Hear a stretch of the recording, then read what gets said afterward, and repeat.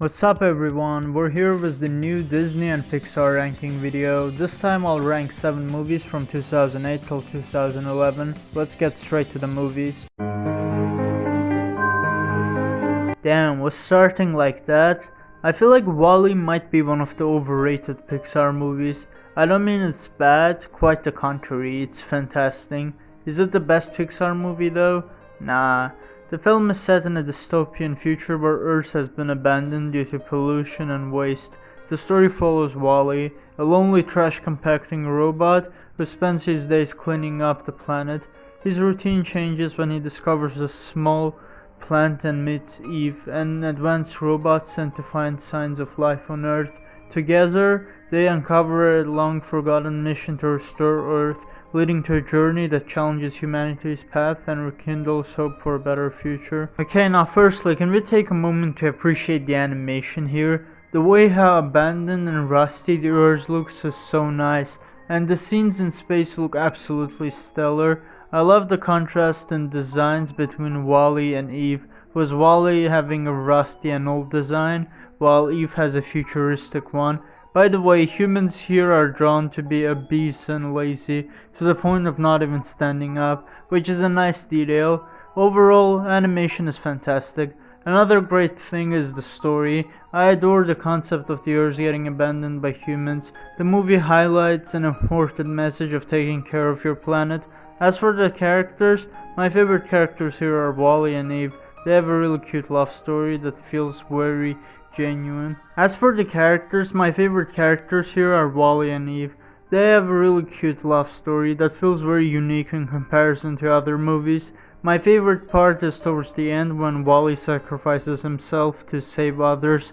The scene where his memory gets erased is really sad and effective because of how it's executed. As for the other characters, I like the ship captain and the villain. The ship captain has some funny moments, like the one where he finally stands up, and I like his determination to go back to Earth.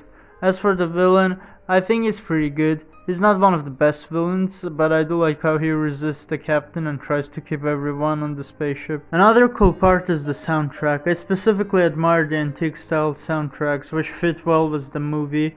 Lastly, the best aspect of the whole movie is the silence.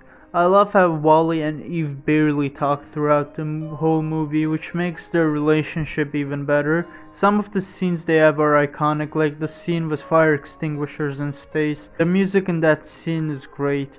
Overall, WALL-E is a movie I highly adore. It won't end up in the top 10, but I still consider it to be fantastic for how unique and important it is. I'll put WALL-E above The Incredibles, but under Aladdin.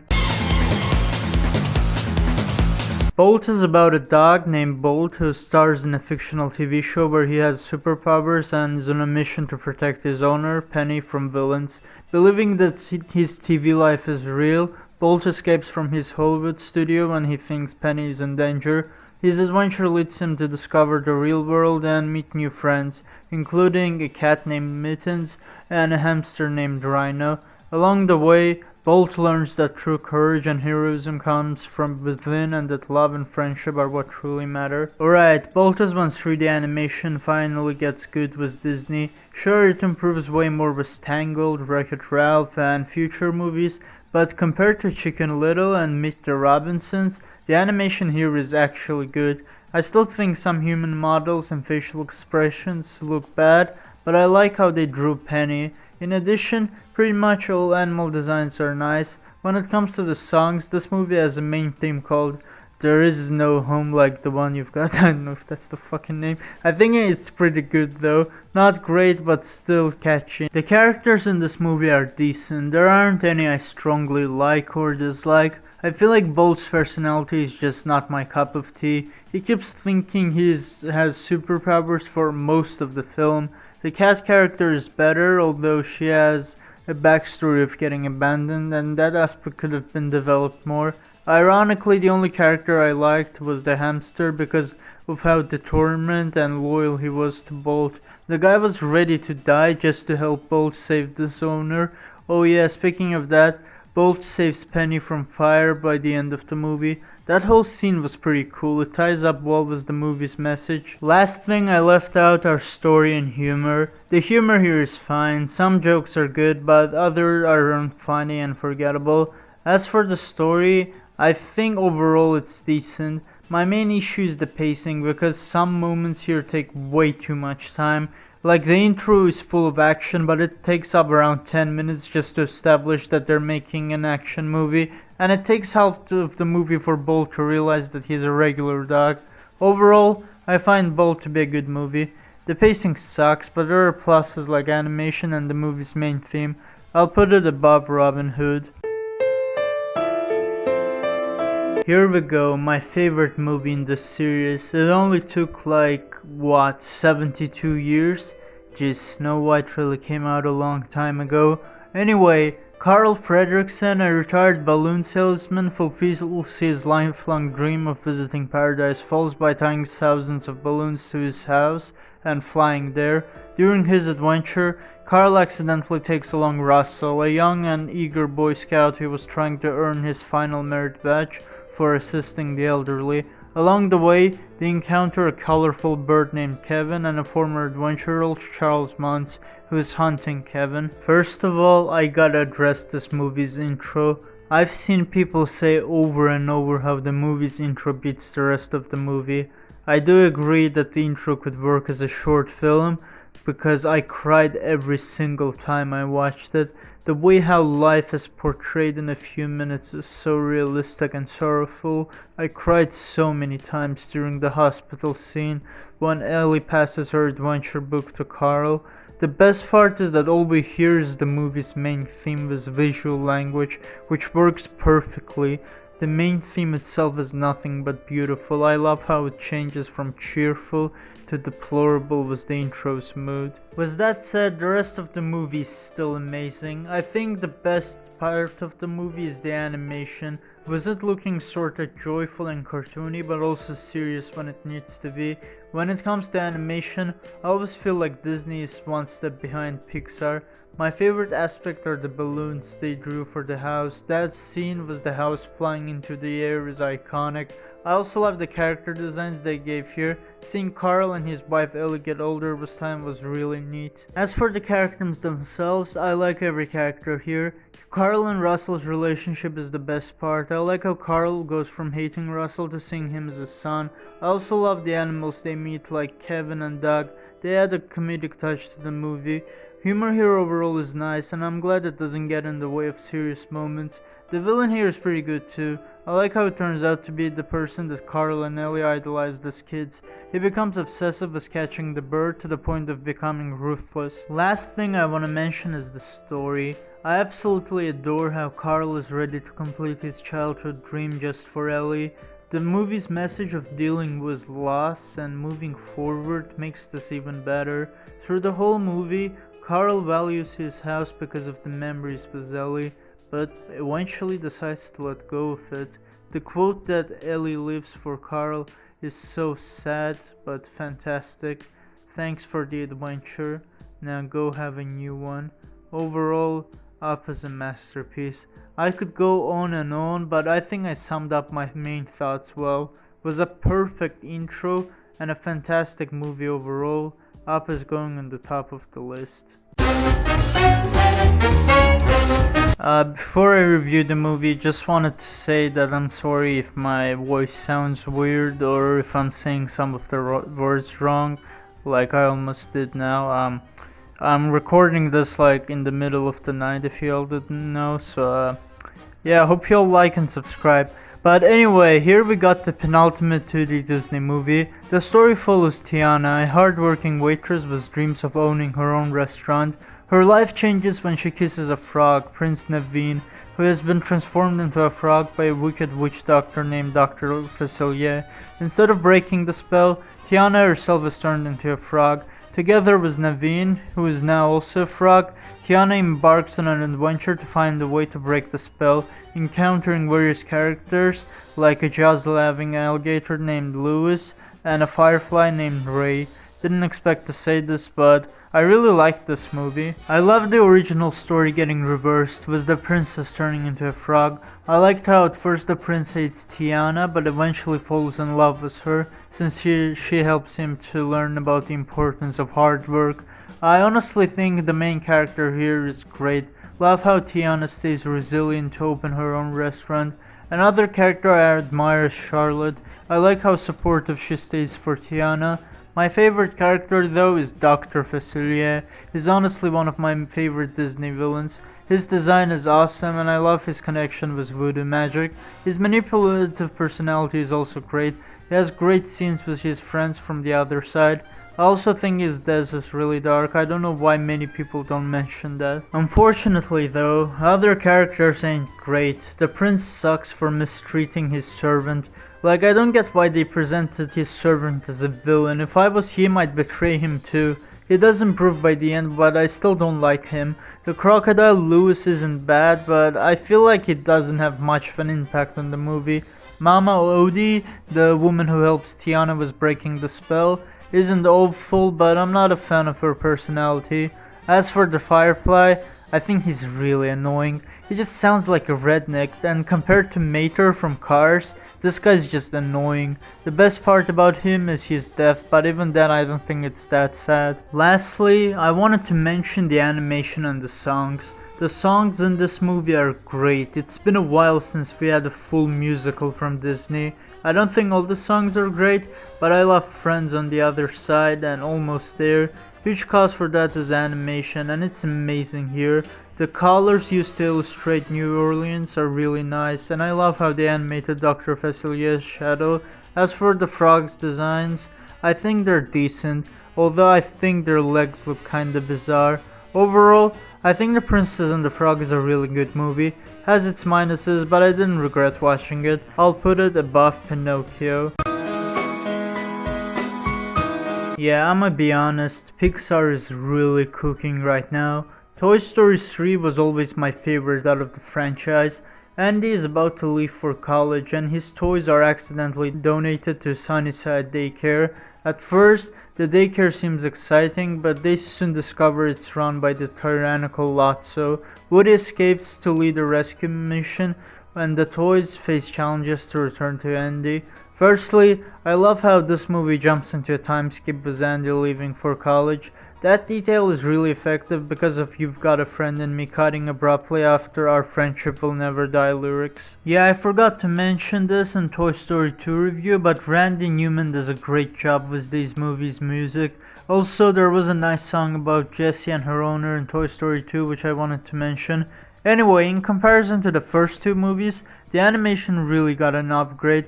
Not only do the toys look more polished, but the humans look great as well. I like all the various toys they meet at the daycare, like Ken and Lotso. Lotso might be my favorite Toy Story villain. Stinky Pete is in second place, but Lotso is my favorite for sure. Really like how he acts nice with others and his evil personality is later shown. His betrayal at the end was unexpected, but made me like him even more as a villain. As for the main characters, I mainly love how Woody separates from the group just to reunite with Andy because of others thinking he threw them away. Other characters had important moments, but clearly the main focus here is on Woody, which I don't mind at all. What I will say is that Buzz had really hilarious scenes in this movie. Spanish Buzz might just be his funniest version, and excluding Buzz, I think other characters like Ken, Barbie, and Mr. Potato Head also had funny moments. Humor here is nice. I like how humor balances with serious scenes. The story of Toy Story 3 is my favorite out of all three movies. As I said, I love the concept of Andy growing up, and the whole segment with daycare escape of the toys is great. Lastly, there are two scenes in this movie I have to mention. Firstly, the incinerator scene when Lotso betrays all the toys. The fact that all of them realized there was no way out and accepted their fate was so shocking. The way they presented it by the toys holding their hands made it better. And secondly, the ending. Jesus Christ, this is the second Pixar movie that made me cry back to back. The scene was Andy giving out his toys left me in tears. It's so painful but beautiful seeing him let go of the past and move on. I don't care what anyone says about this movie being overrated or worse than Toy Story 2. because this was a perfect finale for the franchise. Toy Story 3 goes above Fox and the Hound. Fun fact, my friend Elimination Carter had to review this one, but because I didn't agree with his thoughts on the movie, I had to review it myself. Sorry Carter, hope you can review a different movie later. Anyway, Rapunzel, a princess with magical glowing hair, is kept hidden in a tower by Mother Gothel, who uses her hair to stay young. When the charming thief, Flynn Rider, enters her life, Rapunzel strikes a deal to leave the tower and see the floating lanterns she's always dreamed of.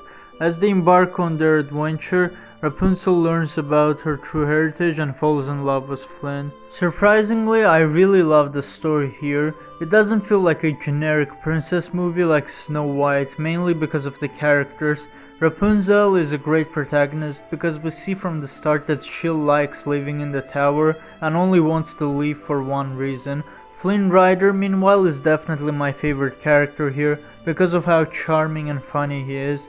He has multiple nice relations here, like with Rapunzel and the horse Maximus.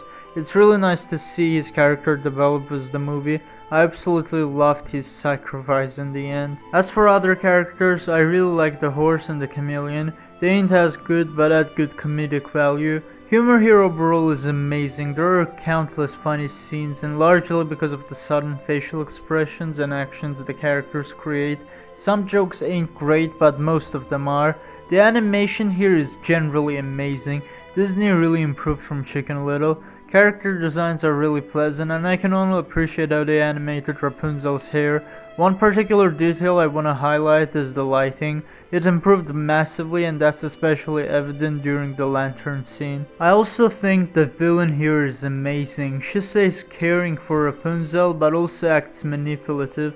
Honestly, her personality and actions make her one of my favorite villains yet.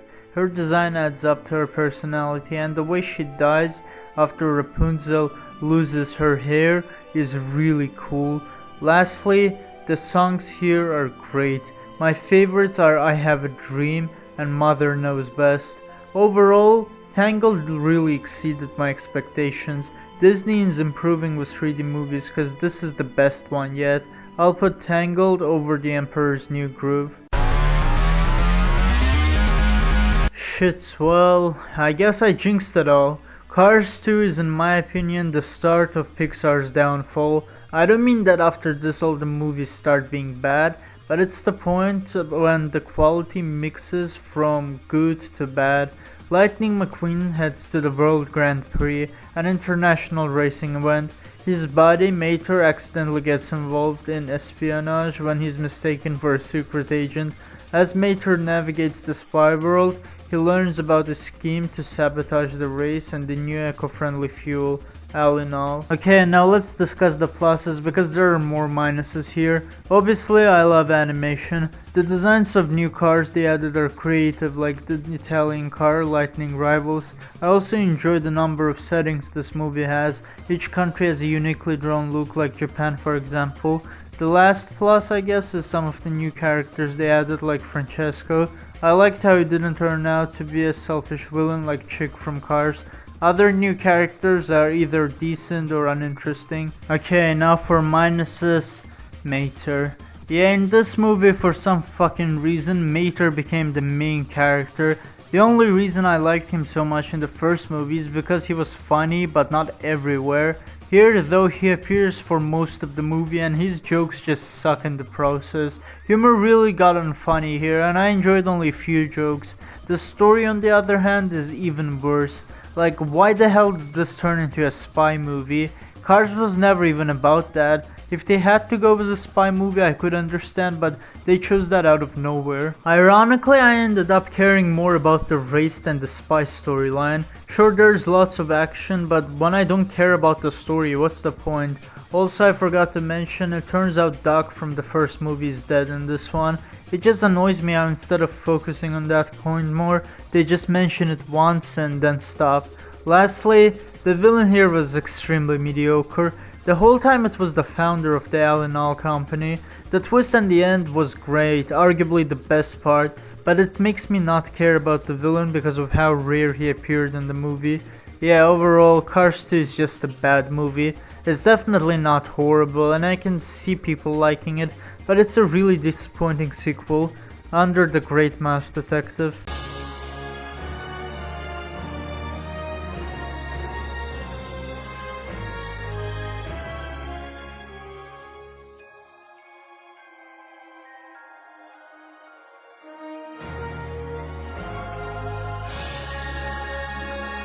Well, that's all for this section. We've got only a few sections left, so I'm happy that the series will end soon. Also, I didn't get any people for this video, but I will for future sections. If you liked the video, like and subscribe. Thanks for watching, goodbye.